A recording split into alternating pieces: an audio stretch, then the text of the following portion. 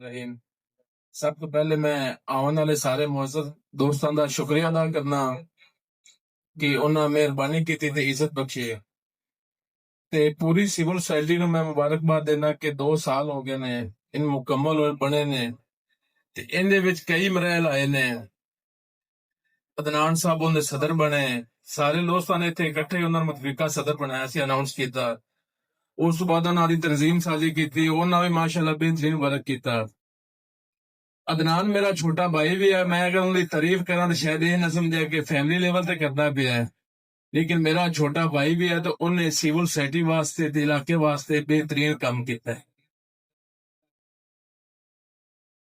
2 साल च उन्हें अपनी जाती जिंदगी नू खत्म करते समझ लो भी सिविल सोसाइटी वास्ते टाइम दिता है। कई बारी साडे घर दी मेरा फैमिली तो गेट टूगैदर हुंदा तो उनदे विच भी असीं ये डिस्कस करदे हैं कि अदनान नू घर वास्ते टाइम घट है ते सिविल सोसाइटी वास्ते ज्यादा है। ते मैं उन्होंने एप्रीशिएट भी करना ते शाबाश भी देना कि उन्हें बड़ा बेहतरीन वर्क किया है। उस तो बाद उनकी बनाई हुई तंजीम या सारी पूरी सिविल सोसाइटी की बनाई हुई तंजीम जिंदे मुसालती कमेटी है, मलिक नसार साहब का किरदार रोल बड़ा शानदार है, उन्होंने वास्ते भी क्लैपिंग होनी चाहिए है। मलिक नसार साहब ने या सरफराज साहब पूरी मुसालती कमेटी का मैं जिक्र करना चाहना। अगर सिविल सोसाइटी ਨੂੰ ਪੂਰਾ ਮਾਣਾ ਕੀਤਾ ਜਾਵੇ ਜਾਂ ਉਹਨੂੰ ਅਬਜ਼ਰਵ ਕੀਤਾ ਜਾਵੇ ਤੇ ਸਾਨਾ ਜ਼ਿਆਦਾ ਕੰਮ ਮਸائل ਦੀ ਕਮੇਟੀ ਕੀਤਾ ਹੈ। ਸ਼ਹਿਰ ਤੇ ਕਈ ਮਸائل ਆਏ ਹੈ।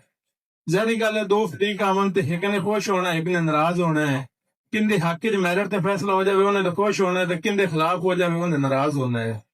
ਲੇਕਿਨ ਇਹਨਾਂ ਹਰ ਹਫਤੇ ਇਕੱਠੇ ਹੋ ਕੇ ਆਪਣਾ ਮਤਲਬ ਖਾਸ ਟਾਈਮ ਦੇ ਤੇ अजकल नफसा नफसी दौर टाइम सारना मुश्किल होंदा है, लेकिन इन्हां भरावां ने बेहतरीन सर्विस दी, टाइम दिता ते लोगां दे मसैल हल कीते। आदि वालों ने पूरी कोशिश की है, अगर कोई रह भी गए नहीं तो ओह मजीद हो जा सकते हैं।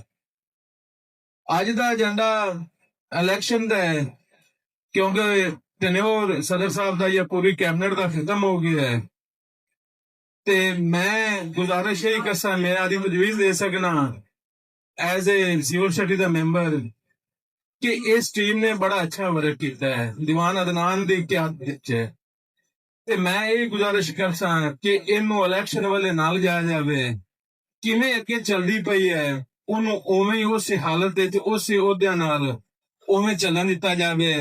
दीवान अदनान की सदारत या उनकी क्यादत मैं बिल्कुल एतमाद का इजहार करना।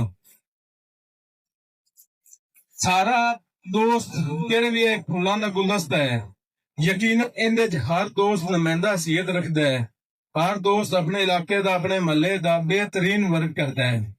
लेकिन क्योंकि गुलदस्ता है इहदे विच खुद एक दोस्तां ने लीडर या क़यादत चुनी है, उन्हें आधा काम करते विखाया अदनान ने कि मैं लोगों के मसैल हल करने च इंटरस्टेड भी हाँ, दिन रात हाजिर भी हाँ, खुद कचहरी जाऊं लोग जावन दफ्तर धक्के खावन मैं हाजिर बैठ। इस चीज को मद्देनजर रखते हुए मैं दीवान अदनान की तायद करना ते थानू भी गुजारिश कर भी इस फैसले की या इस राय की तुसी मेहरबानी करो पासदारी करो ते अदनान नू ते अगली कैबिनेट नू इवें चलाइए दे। हाँ अलबत्ता एक मेरे दिल की तजवीज है ख्वाहिश है कि मेरा ओहदा केड़ा है उनकी जाय केड़ा है चौधरी हमीर साहब को लाजमी को ओहदा देना चाहिए है क्योंकि शहर की ऐसी शख्सियत है जिन्हों के हर बंदा एतबार भी करता है ते यकीन भी रखता है ते शहर की बड़ी शरीफ तो मुअज़्ज़ज़ शख्सियत है।